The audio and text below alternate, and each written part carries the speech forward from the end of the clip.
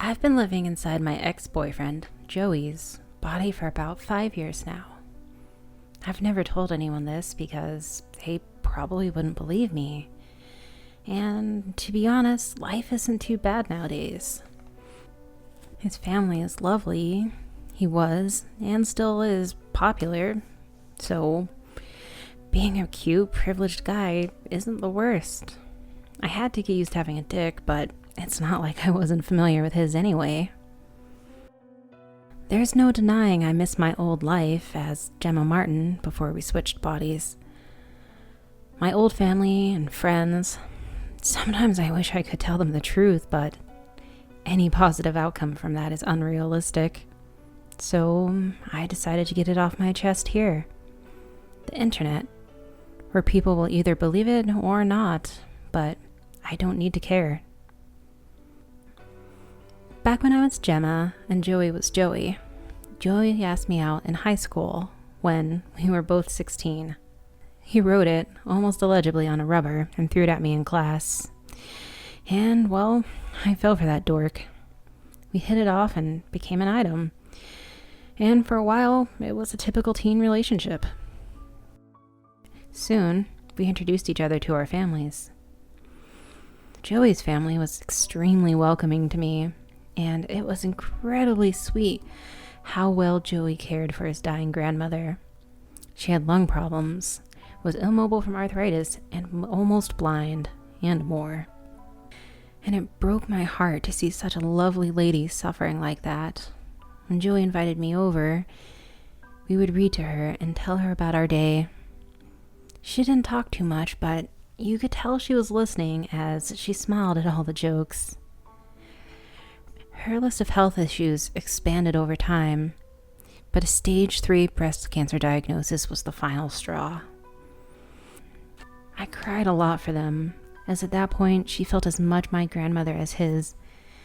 She looked so peaceful usually, but in her final week I visited her in the hospital and she would look at me with this helpless, terrified expression.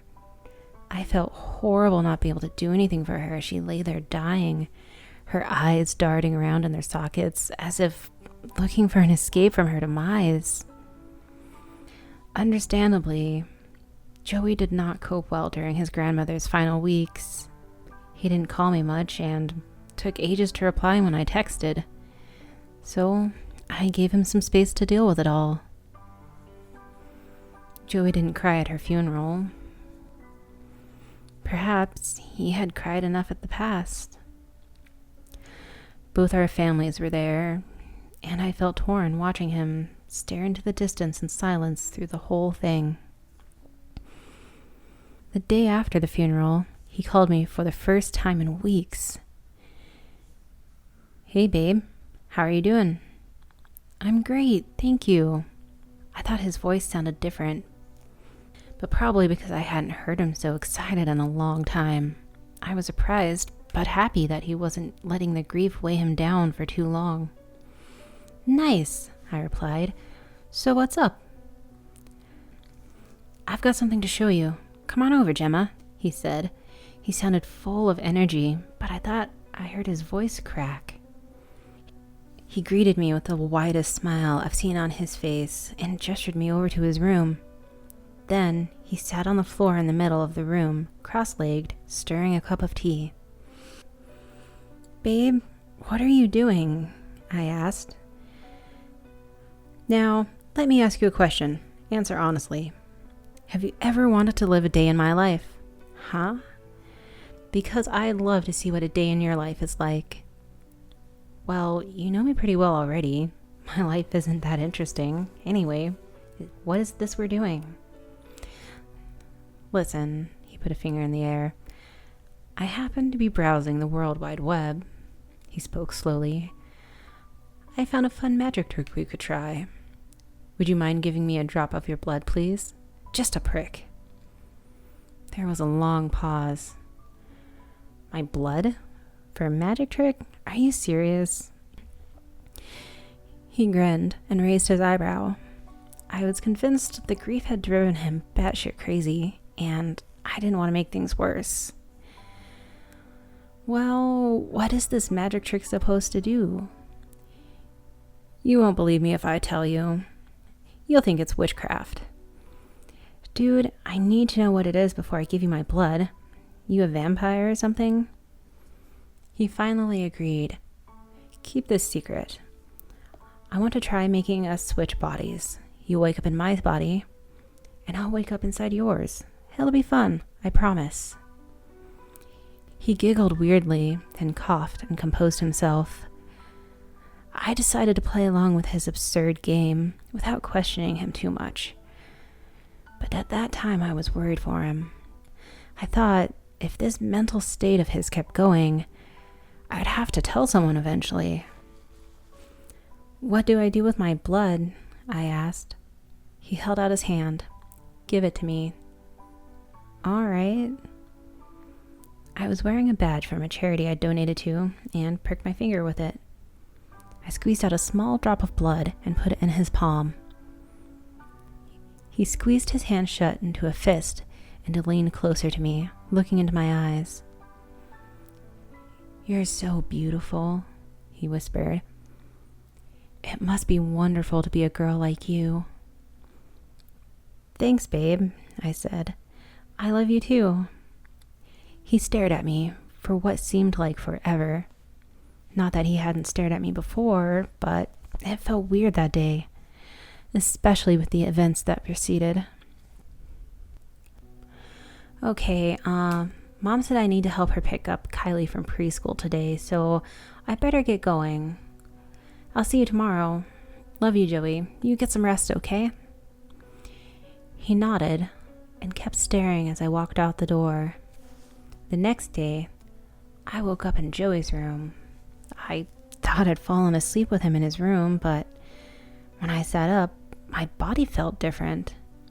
A quick glance in the mirror confirmed my suspicions, which I thought was too crazy to be true. I had woken up in Joey's body, just like he said I would. Panicking, I unlocked his phone with my new thumb and dialed my own cell number. Nobody picked up.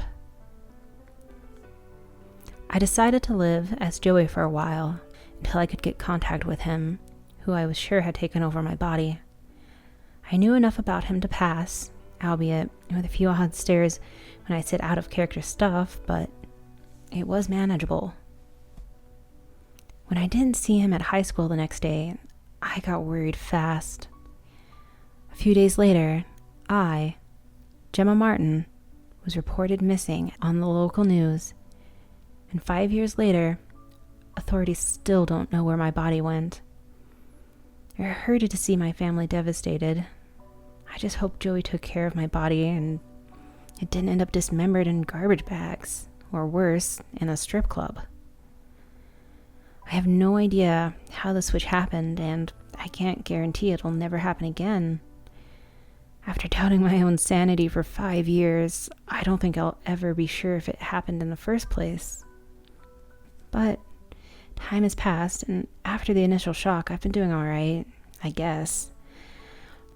Learning to respond to a new name isn't that hard. Learning to be as good at football as Joey was is pretty hard, but I'm getting better. Acting distraught about your lover's disappearance when you don't know where your own body went is more strange than distressing. Wouldn't be surprised if all this was a weird dream and I wake up in my own body again, only to have another identity crisis.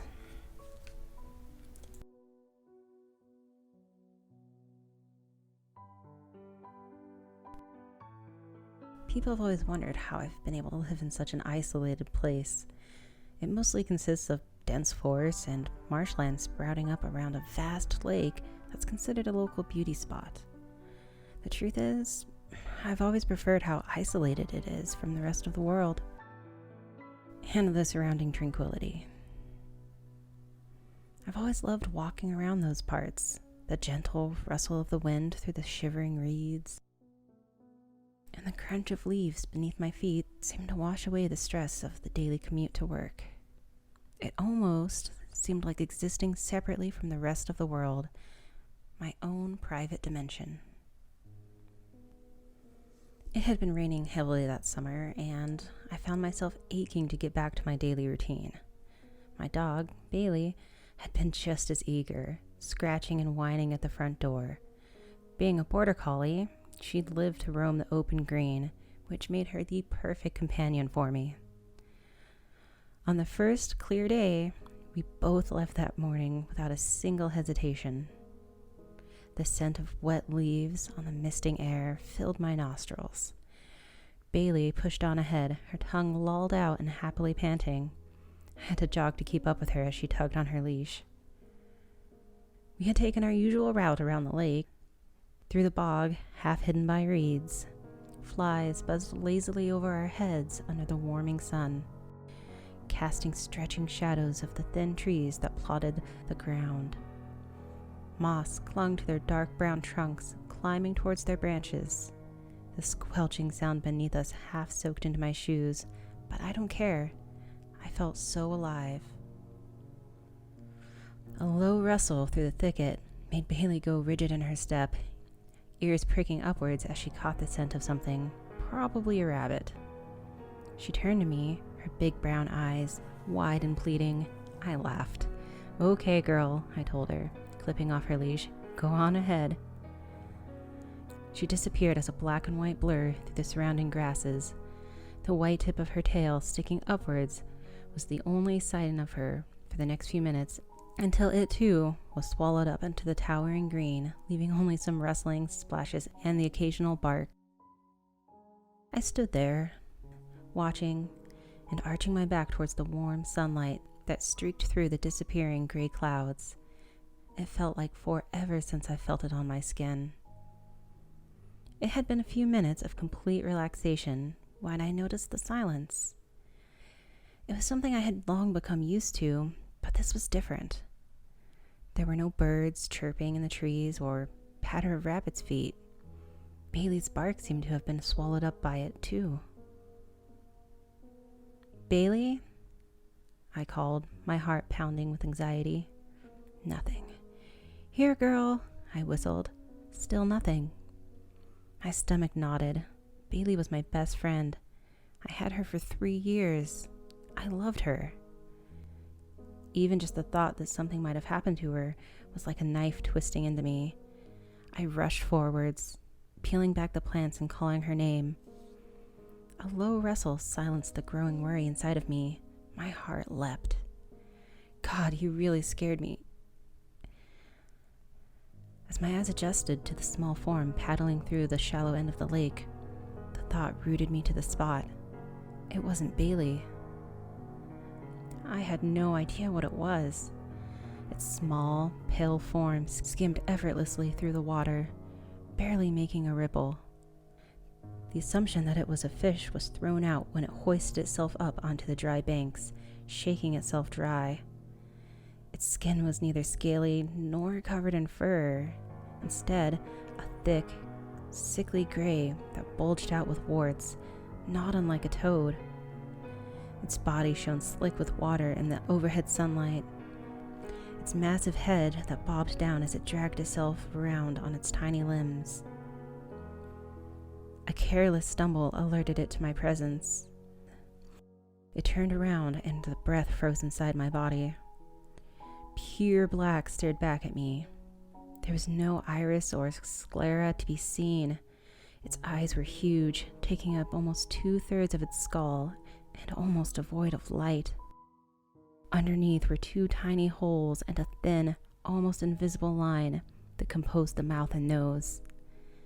In all my time living here, I had become acquainted to the local wildlife. Birds, frogs, badgers, voles, and even the occasional deer. But it was like nothing I've ever seen before.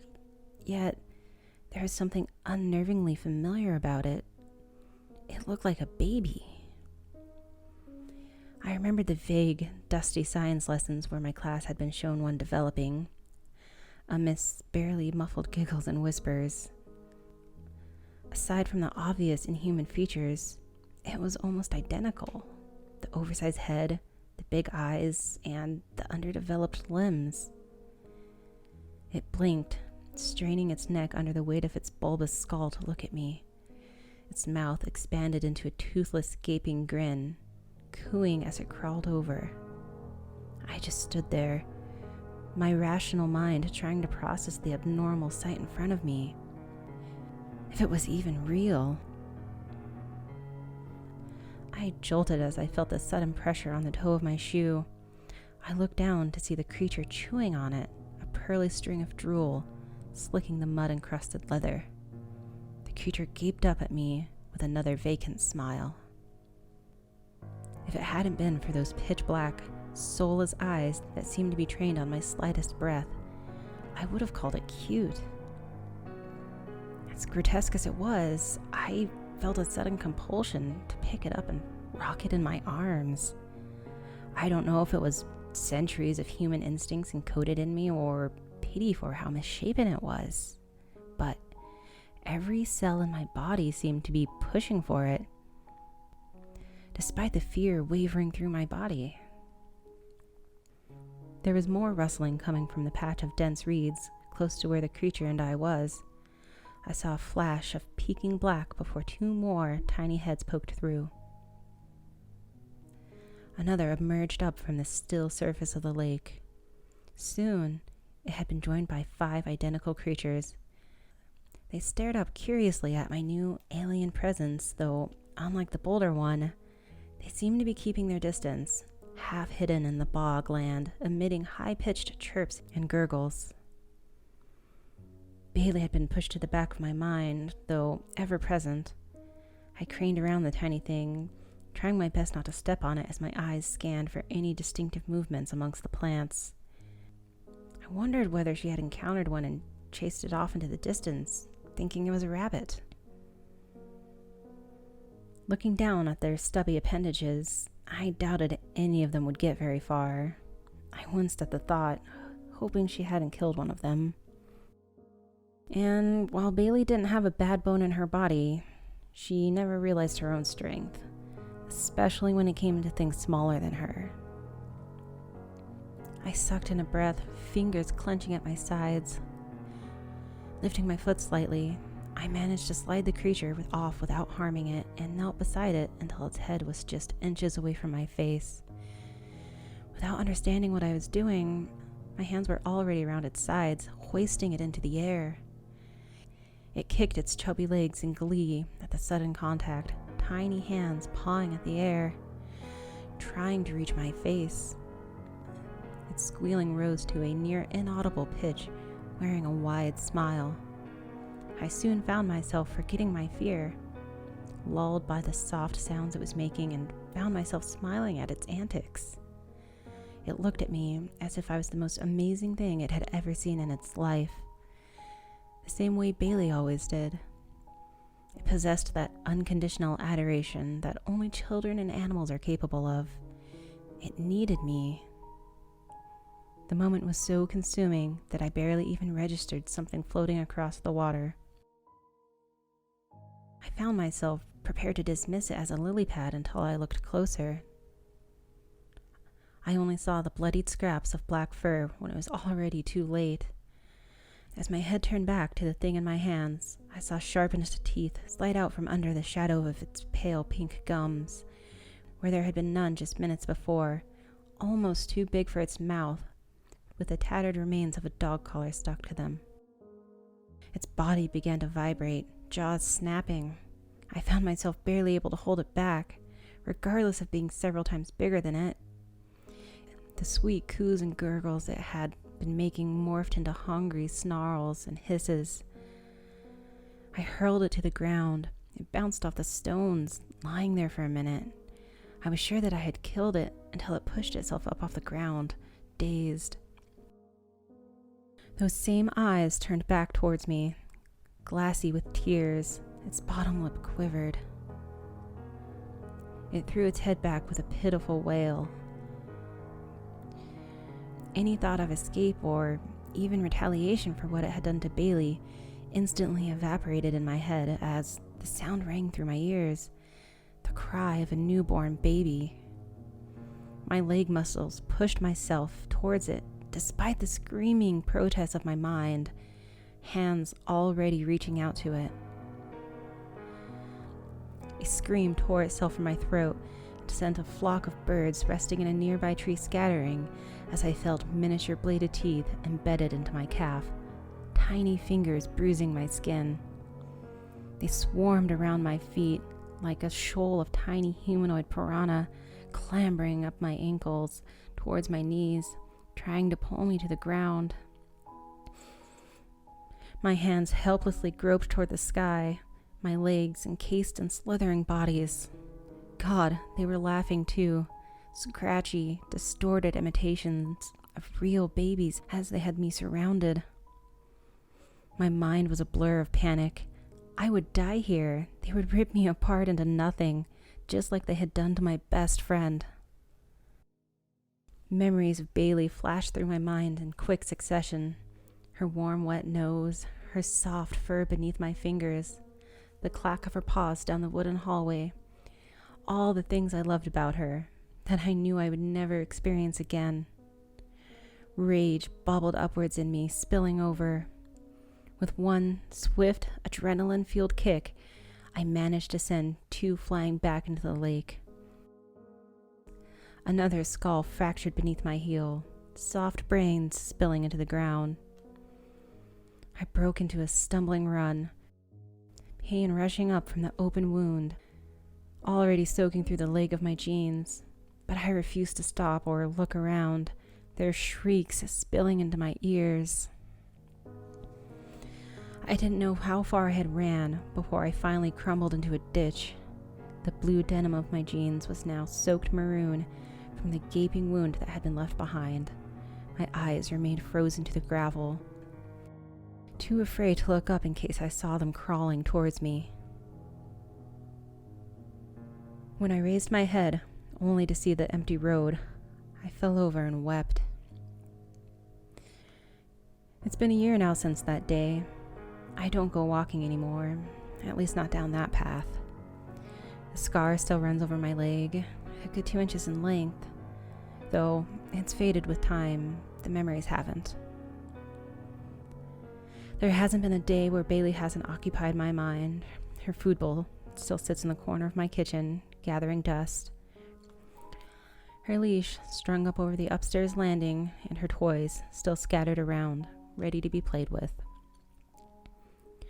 I didn't have the heart to get rid of them. Some days, I sit at the edge of my bed and look at them. No matter how hard I try, my thoughts always settled back to 2 painful words. If only. If only I hadn't chosen to walk around the lake. If only I hadn't let Bailey off her leash. If only we'd left when I heard that unearthly silence. Nevertheless, I tried to think of the good times we shared, to keep her memory alive. No one goes near the lake anymore.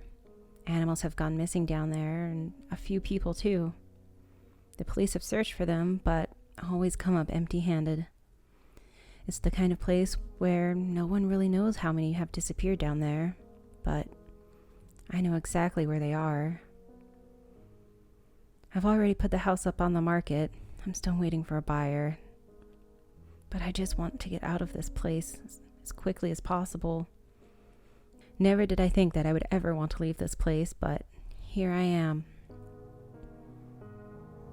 Sometimes when it's dark, I can hear the scuffling on my porch. There are mornings where I find half-eaten animal parts roped around in the grass. The crying of a baby seeps into my dreams with hellish shrieks, growls, and whispers.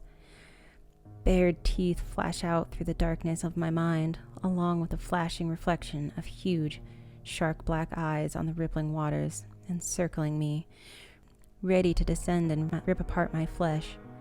There's no relief from it, not even when I wake up.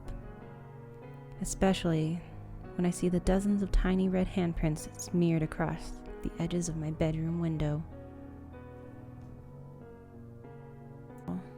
I don't even know how this is possible, but every time I die, I just wake up the next day. It's not like a Groundhog Day or Happy Death Day scenario. I just wake up the next morning as if nothing happened.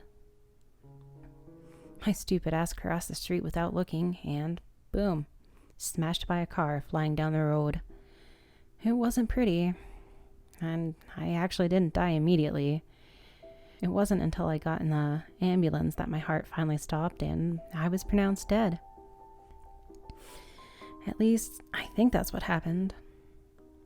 I woke up the next morning, fresh and new, ready to tackle the day. At first, I thought the whole thing was a really vivid dream. I didn't think I was just resurrected the next day like nothing happened. That's it. That is, until I died the second time. I was walking to work. I live in a fairly large city. There's a lot of traffic, so I prefer to walk. It's a healthy choice anyways, right? Well, I was on my way to work, and a random passerby thought I was looking at him dirty. It was a weird encounter. He started screaming at me, and I kept telling him that this is just the way my face is.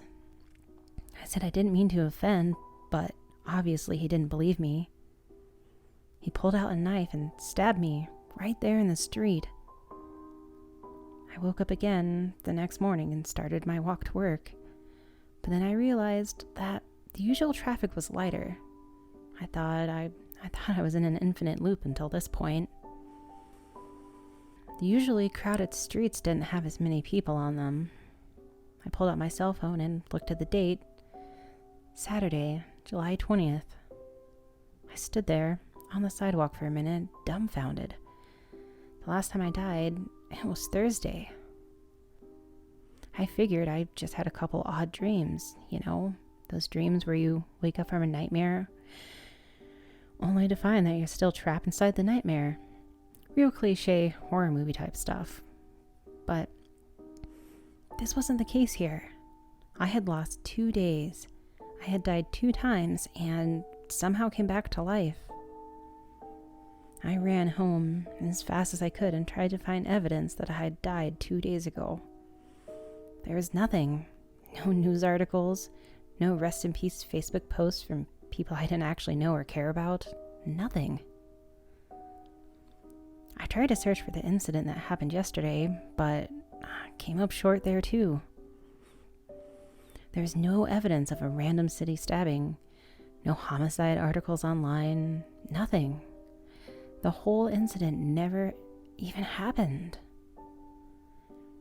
I sat at my computer for a minute, contemplating what was happening. I decided to test my theory and see if this was all some sort of vivid, lucid dream. I grabbed a knife out of my kitchen. I remember thinking to myself, if this is a dream, then my recall is damn good. I got a chuckle out of that. Then I took the knife and I stuck the sharp tip into the tip of my finger. Blood seeped out from the wound and an intense, albeit manageable, pain overtook my hand. It was not a dream. But what could this all mean? Was I invincible or was it something else? I'm not even sure what else it could have been. At this point, I decided to try something a little more extreme. I grabbed the gun out of my safe and I made my way out into the streets that were becoming a little more crowded now. I found the nearest police officer and, against my better judgment, I began to punch and kick him. When he tried to restrain me, I pulled the gun from my belt and pointed it at him. Suicide by cops would be something you'd see covered in the news, right? Well, not this time. The cop pulled out his gun and fired. I woke up once again in my bed. First thing I did was check the internet for any news articles. There was nothing, absolutely nothing. I was dumbfounded. I could literally do whatever I wanted and there would be no consequence. I got up and looked out the window of my 10th floor apartment and noticed something odd. The streets looked different. I couldn't really describe it, but the street signs below seemed off. It was subtle, but noticeable. The cars seemed to be different too, and I couldn't really place what it was that was so different about them, but something didn't seem right. I reached into my closet and pulled out an unfamiliar shirt and some jeans. They didn't look familiar to me, and they smelled off.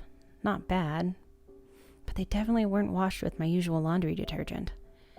I'm a clean burst kind of guy, and these smelled more like lavender or some other floral scent. I made my way downstairs and out of the front door of my apartment building, and what surrounded me was foreign in every sense of the word. The streetlights, rather than being red, yellow, and green, were pink, orange, and blue. It was subtle, but then I noticed other oddities. Nissan vehicles were now Datsun. I know before Nissan took over they were called Datsuns, but that was a long time ago. Datsuns haven't been produced for generations. What was going on? Had I been dreaming this whole time? Was this just a really long, drawn-out nightmare? I had an idea. I'd jump off the top of the building. It always used to wake me up when I was in a deep sleep before. You know, when you dream you're falling and once you hit the bottom you jump awake? That should do it. I made my way back inside and jumped in the elevator, pushing the button for the top floor. From there, I'd need to go down the hall to the service entrance and up onto the roof. They usually left the door open, at least when I wasn't dreaming. After making my way past odd-smelling apartments, I found the service door. The writing looked weird, not the typical blocky letters that were usually on the door. Here, service entrance was written in cursive. I opened the door and made my way out, and made my way up the short stairway onto the roof. I didn't want to waste any time. I sprinted to the edge of the building and hurled myself off, giving my best swan dive as I quickly fell to the ground. I woke up again in my bed.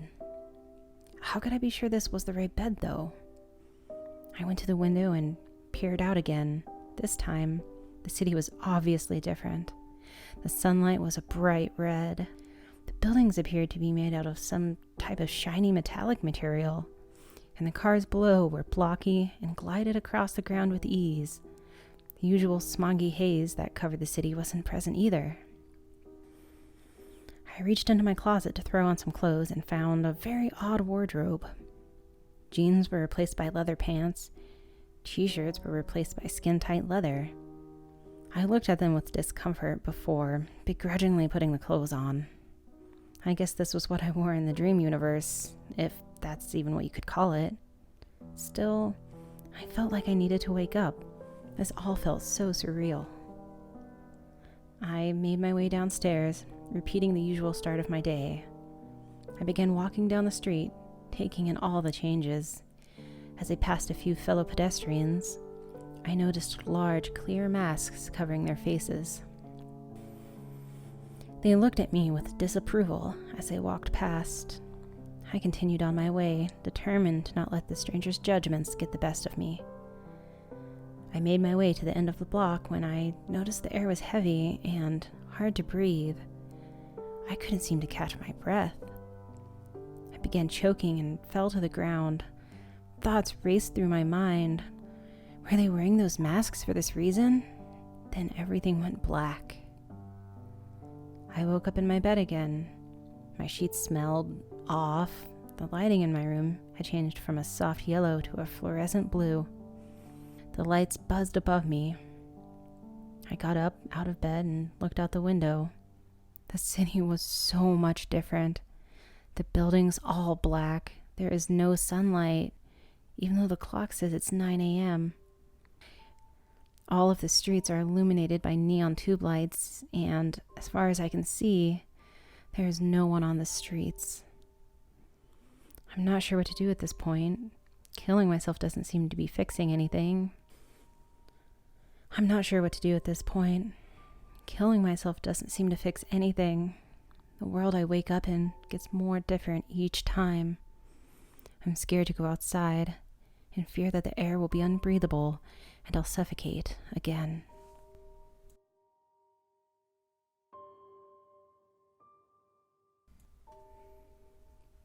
Recently, I inherited a plot of land from a relative, and while it wasn't much, it did have a cabin on the property. So I said, what the hell, and decided to go there. Spend my weekend in the wilderness. Now, I'm sure you've heard stories like that hundreds of times. Some schmuck goes to a cabin in the woods and bad things happen. Well, this isn't one of those stories. In fact, besides the place being a bit creepy, I swear it looked like the cabin from Evil Dead. Nothing of note happened there. Well, except for the cellar. See, I was cleaning the place up when I found a little trap door. Naturally, I'm not the superstitious type, so I said, hell, and opened the thing up. It smelled of rot and mildew. I had no idea what had been living down there, but there were animal droppings everywhere. I shined my flashlight around a bit, looking for any kind of light switch, but I didn't find one. There was just dusty furniture and a lot of mice. They skittered away into the dark corners of the room as my flashlight shined over them. But then, something caught my eye. On the table, in the corner of the room, covered in what I can only assume was decades of dust, a small book bound in leather. Careful not to stumble in the darkness, I made my way over, grabbed it, and went back upstairs. The journal was dated about 1843 and was signed by someone named Abigail Ashlock. Now, the reason I'm telling you all of this is because I think something bad happened here. Her journal reads as follows, the ones I can make out anyway. That thing's pretty torn up. August 15th, 1843. Papa went out to town today. He should return in 3 days. Mama doesn't think it's very ladylike for a girl to know how to write, but learning is important. My school teacher told us so. Anyway, Papa said he'd bring me and John a treat back from town if we promised to be good for Mama and do any chores needed to be done around the house. I saw the man from the forest again today.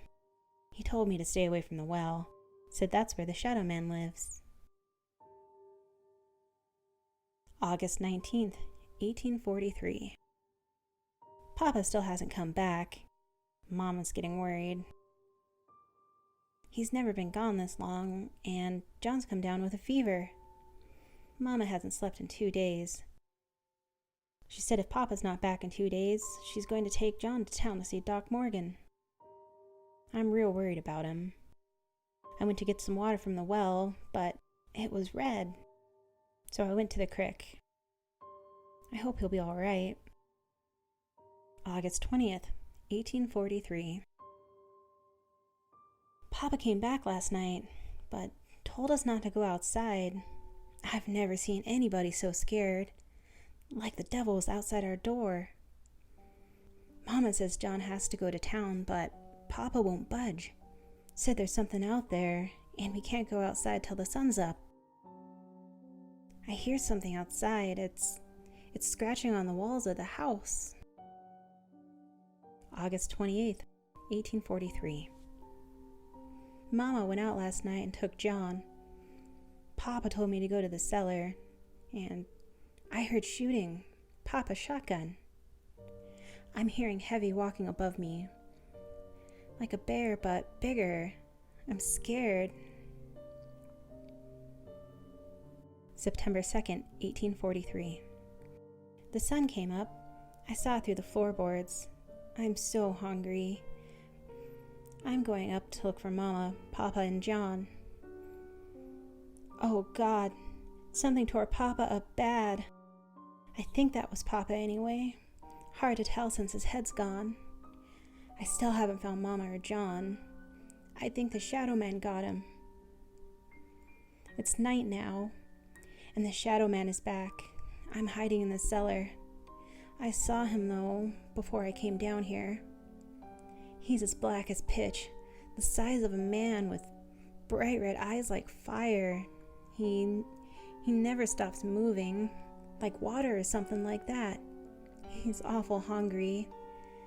I can hear him eating Papa now. September, unknown day, 1843. He got in. He knows I'm here. And that's where it ends. I should mention, I didn't find evidence besides this journal of the Ashlock family. And there was also this symbol drawn on the back cover. I'm not sure what it means. Can someone help me figure this out? Update. So I did some research. The Morse code roughly translates to, "He's so beautiful, he just wants in. Let him in, let him in, let him in, let him in, let him in."